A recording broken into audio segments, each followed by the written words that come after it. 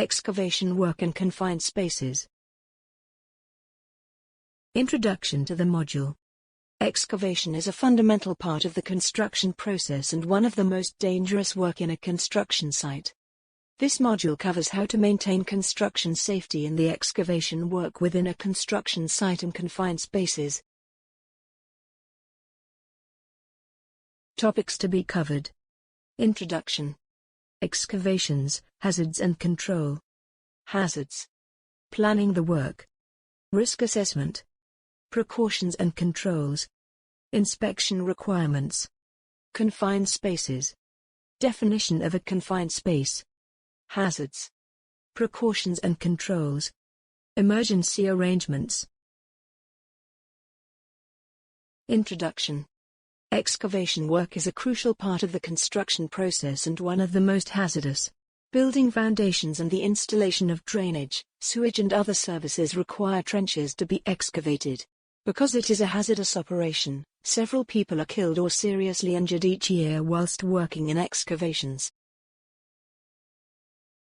Excavation work has to be properly planned, managed, supervised and carried out to prevent accidents and ill health to workers. A recent survey of accidents has shown that there are, on average, 7 fatalities each year in excavation work. Over 5 years, the survey showed that fatal and major injuries to workers, who were working in excavations, were caused by the following events. Struck by falling or flying object, including earth, 23%. Struck by a construction vehicle or plant, 15%. Falling into the excavation or from ladders or working platforms, 14%. Contact with electricity, 12%. Trapped by a collapse of earth or materials, 11%. Excavations, hazards and control. Hazards.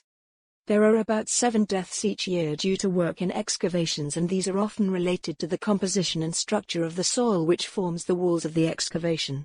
Many types of soil, such as clays, are self-supporting, but others, such as sands and gravel, are not. The specific hazards associated with excavations are: the collapse of the sides, materials falling on workers in the excavation, dangers related to excavation machinery, falls of people and/or vehicles into the excavation, workers being struck by plant, specialist equipment such as pneumatic drills. Hazardous substances, particularly near the site of current or former industrial processes. Influx of ground or surface water and entrapment in silt or mud. Proximity of stored materials, waste materials or plant. Proximity of adjacent buildings or structures and their stability. Contact with underground services. Contact with overhead power lines. Access and egress to the excavation. Planning the work. Before starting any excavations, it is essential to plan the work by following a comprehensive planning procedure to address all significant hazards.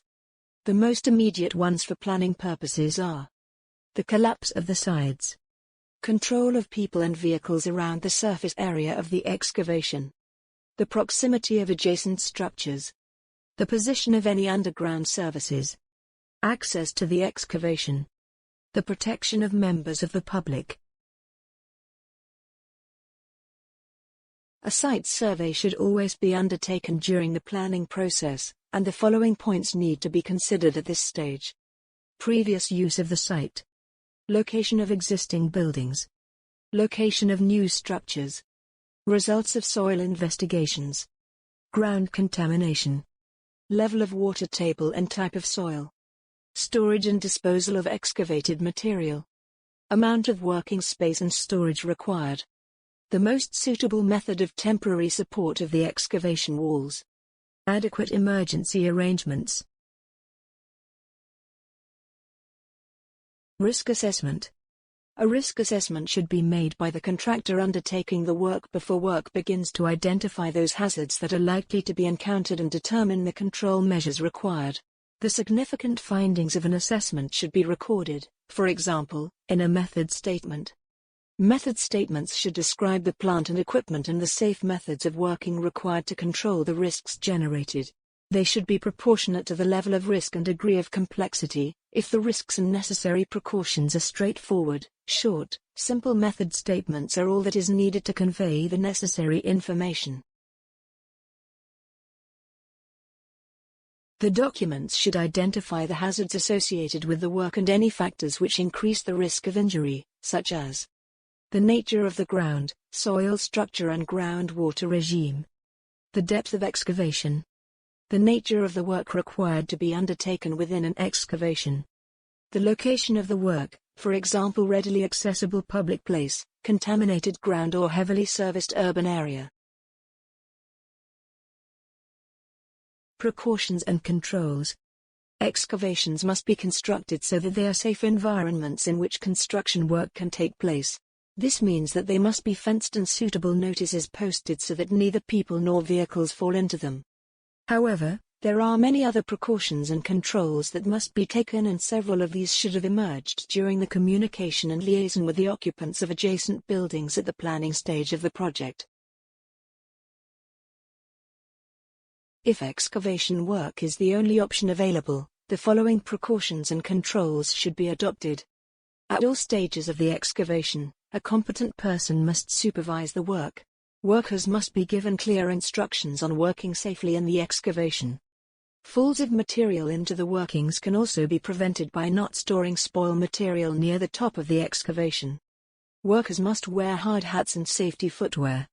If the excavation is more than 2 meters deep, a substantial barrier consisting of guardrails and toe boards should be provided around the surface of the workings.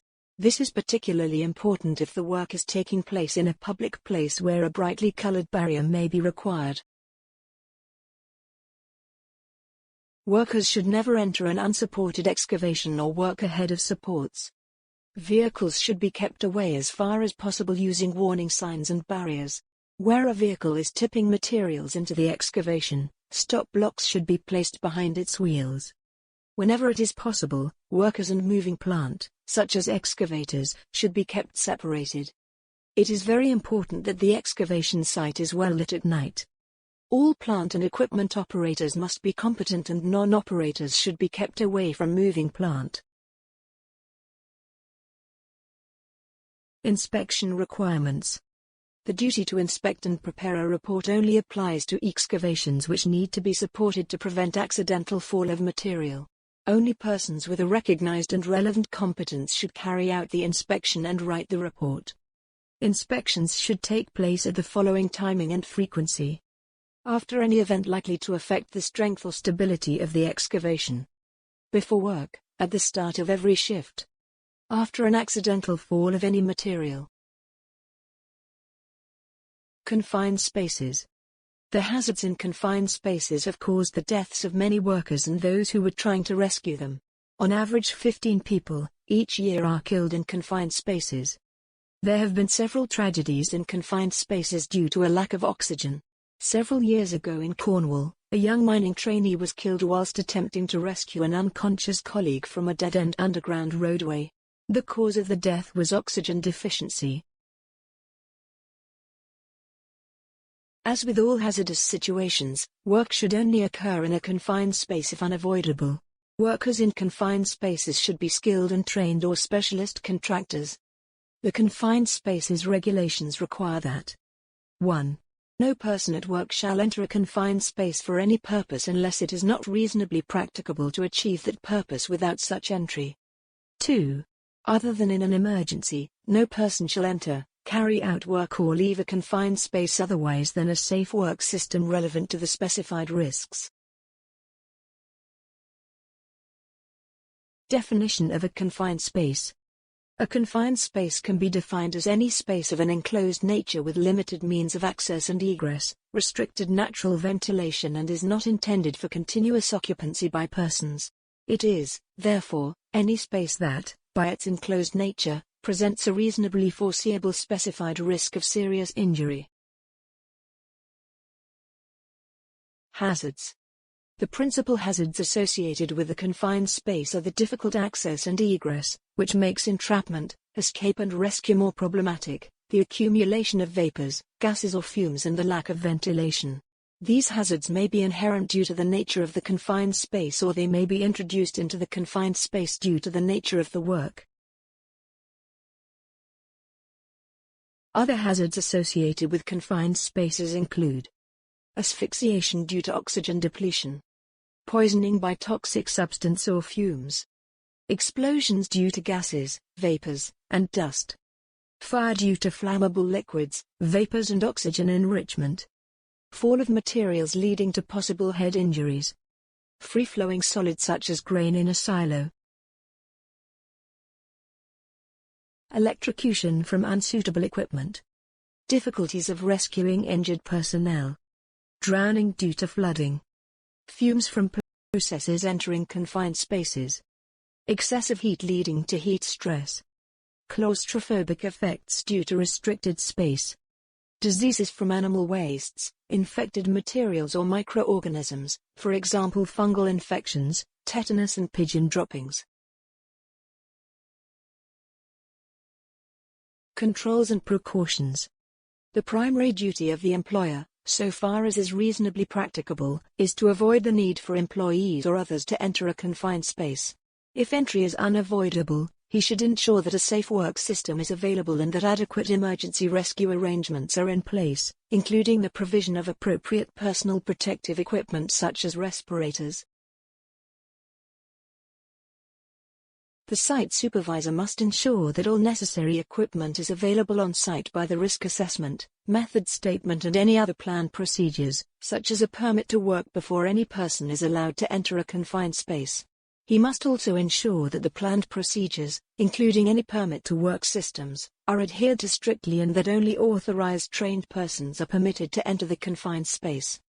He must be notified of any changes in working methods or conditions inside the confined space which were not included in the planning procedures before any changes are implemented. The careful precautions required will depend on the nature of the confined space and the actual work being carried out. The main elements of a safe system of work that may form the basis of a permit to work are the type and extent of the supervision of the work, the competence, training and instruction of the workforce, the stipulation of a minimum gang size for large confined spaces such as reservoirs, details of any information required by the workforce, the methods of communication between people inside, from inside to outside, and to summon help in an emergency. The gas purging of toxic or flammable substances with air or an inert gas such as nitrogen. Emergency arrangements. Before people enter a confined space, suitable and sufficient emergency and rescue arrangements must be in place. These arrangements must reduce the risks to rescuers so far as is reasonably practicable and include the provision and maintenance of suitable resuscitation equipment, which must be designed to meet the specific risks associated with the particular confined space. For the emergency arrangements to be suitable and sufficient, they must incorporate the following: contingency plans to deal with an emergency in the confined space. Such plans must include details of rescue teams together with individual responsibilities, the contact names and telephone numbers of the local emergency services, the details of the communication arrangements from inside the confined space, the provision and maintenance of the rescue and resuscitation equipment, the raising of the alarm, alerting the rescue team and maintaining close supervision of the workforce inside the confined space, the notification of and consultation with the emergency services, the protection and safeguarding of the rescue team, the fire safety precautions and procedures, the provision and maintenance of firefighting equipment, the control and possibly the protection of adjacent buildings, plant and equipment, the arrangements for dealing with emergencies outside the normal working day, the first aid arrangements, including any special training required of first aiders, the training of rescuers and simulations of emergencies, such as fire drills. In this module, we have covered excavation work is a crucial part of the construction process and one of the most hazardous. A risk assessment should be made by the contractor undertaking the work before the work begins to identify those hazards. Excavations must be constructed so that they are safe environments in which construction work can take place. The duty to inspect and prepare a report only applies to excavations which need to be supported to prevent accidental fall of material. Before people enter a confined space, suitable and sufficient emergency and rescue arrangements must be in place. Thank you. This is the end of this module. Thanks for watching. Happy learning.